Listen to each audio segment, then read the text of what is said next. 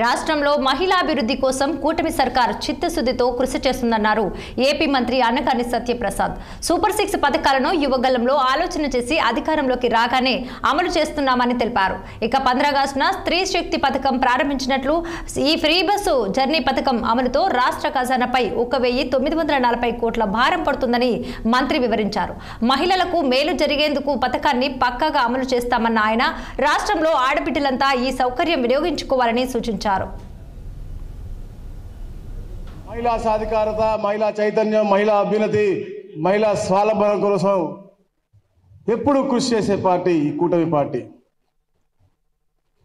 ఈ రోజున ఎన్నో కార్యక్రమాలు చేస్తా ఉన్నాం. దాంట్లో ఆ రోజు పాదయాత్రలో గౌరవ లోకేష్ గారు మా తెలుగుదేశం కుటుంబం అని చెప్పేసి ఈ మహిళా అభ్యున్నతి కోసం పెద్ద ఎత్తున కార్యక్రమం, దాంట్లో భాగంగా సూపర్ 6లో ఈ ప్రోగ్రాం పెట్టారు. ఈరోజు సూపర్ 6 కా సూపర్ 12 మేము చేస్తా ఉన్నాం. కానీ కంపల్సరీగా ఏదైతే మహిళలకి చాలా అద్భుతంగా పనిచేసే కార్యక్రమం తప్పకుండా చేయాలని చెప్పేసి తప్పకుండా ఉన్నామో, ఎంత ఖర్చు అయినా 1942 కోట్ల రూపాయలు ఖర్చు అవుతుంది. అయినప్పటికీ కూడా వేరే విధంగా వెల్త్ క్రియేట్ చేద్దాం, కానీ ఎక్కడ కూడా మనం వెనకడుగు వేయకూడదన్న లక్ష్యంతో ఈ కార్యక్రమాన్ని ఈ రోజున ఆగస్టు 15న స్టార్ట్ చేయడం జరిగింది. ఈ రాష్ట్రంలో దాదాపుగా 10,000 పైచీలకు బస్సులు ఉన్నాయి. 10,187 అని చెప్పేసి మా అప్పలనాయుడు గారు చెప్పారు. నాకు వచ్చిందే 11,000 సార్, వీళ్ళకే గ్యాప్ ఉంది.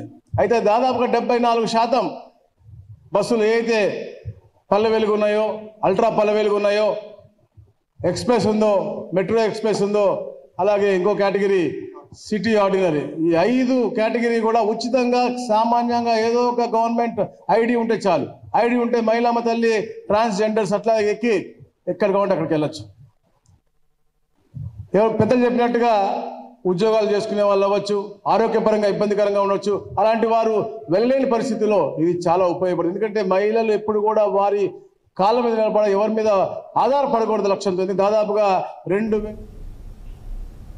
ఎన్టీఆర్ జిల్లా నందిగామలో మహిళలకు ఉచిత బస్ సర్వీస్ స్త్రీ శక్తి పథకం